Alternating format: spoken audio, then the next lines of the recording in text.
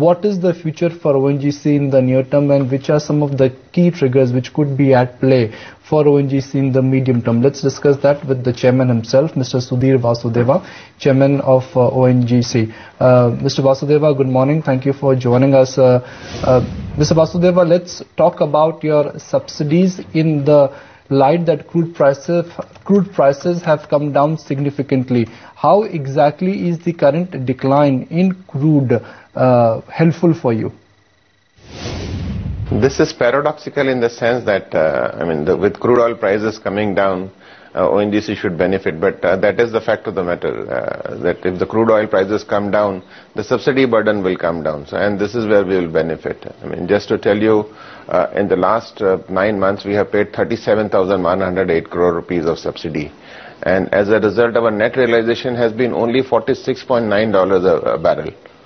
So this is where, we feel that in case that crude oil prices come down and the under recoveries of OMCs come down, naturally the burden of the government and that of oil exploration companies will come down.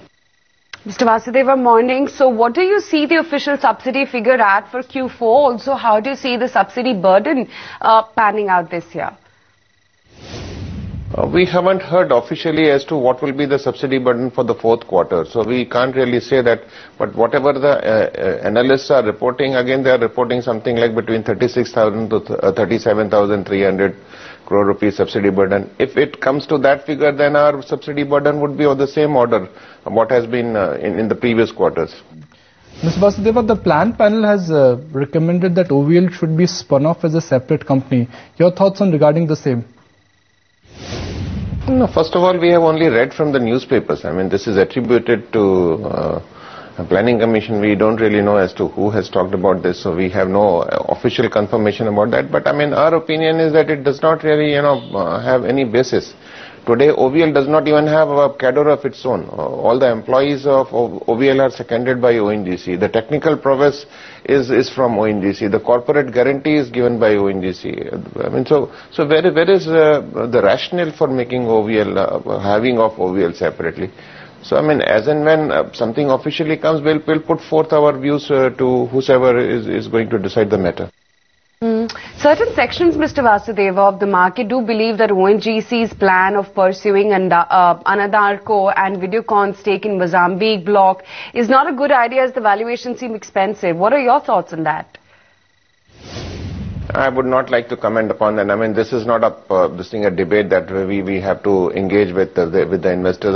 We have made decision based on a very detailed due diligence done. I'm sure this kind of information is not available with the investors, the kind of information which is available with us. But Mr. Vasudeva, we do understand that you have put a lot of blocks on fast-track development in order to fight the fall in production. Tell us, what all fields have you identified to be put out on the fast track? First thing is that, recently we have drawn our perspective plan 2030. This is the blueprint for ONGC's growth for next 18 years. In that, what we are saying is that our production will double by the year 2030. If we are producing about 60 odd million tons today with domestic and or foreign equities put together, that is ONGC and OVL put together, this will go to 130 million tons.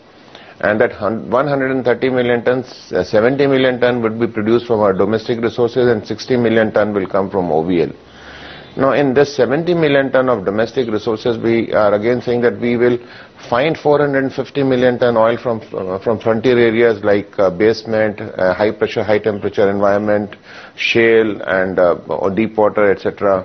And the balance 60 million ton will come from overseas. And besides this, 350 million ton of oil which has already been discovered that will put on production through fast track process.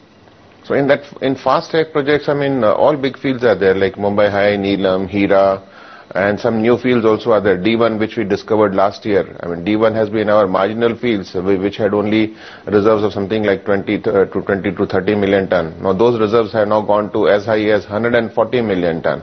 So this has become our third largest field. So development of that, South Basin gas field and a few fields in onshore as well. So 10 to 15 projects we have identified that which we need to fast track. And this will be contributing about 350 million ton of oil production between now and 2030. What about the noise regarding gas price hike? Because that's only getting louder. How does the price hike, if it comes about, help your earnings? I would not like to talk about that. Only thing is, I mean, it is slightly premature to talk about that. Today, we are getting predominantly $4.2 per million BTU for our APM gas and between 4.5 to 5.25 for non-APM gas. And nearly 90% of our gas is APM and balance is non-APM. So first of all, I mean, although in discussion it has been told that all the gas, whether it is APM, non-APM, even CBM, etc., all would be included under this. But I mean, things have to unfold and the prices have to be announced. Then only we'll start counting our benefits. Mr. Vasudeva, shale gas policy is also around the corner. How prepared are you, especially in the light of some pilot projects which have already been done along with Schlumberger in the area of shale drilling?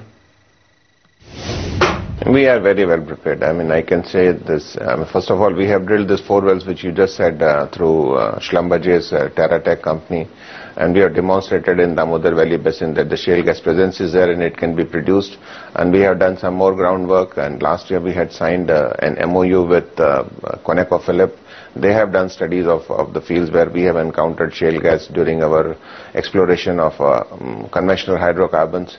So we will take those work forward. Again, till the policy comes, I mean, we are preparing ourselves to take more pilot work ahead. Mr. Vasudeva, we also hear that ONGC is focusing a lot on non-ENP areas like power, fertilizer, etc. How does that fit in your larger plan?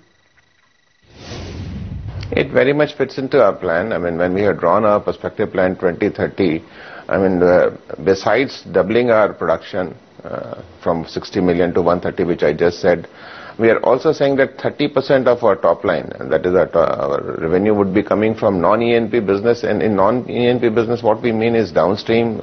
We already have a refinery in Mangalore. Then petrochemicals, we have 2 petrochemicals plant being set up under SPVs, one at Dahej and another at Mangalore. Also the CGD, city gas distribution, LNG and power. And power is both conventional gas-based power as well as through alternate energy resources.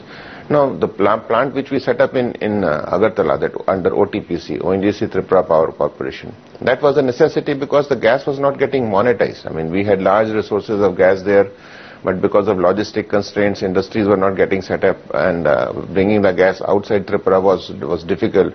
So we set up a 726 megawatt power plant there. The first unit is now operational. Second unit would be ready by end July or August. So in that, I mean, taking that forward, I mean, we have plans of setting up more power plants wherever the gas needs to be monetized. Similarly, in Tripura, we have found more resources of gas. Now, with this 726 megawatt power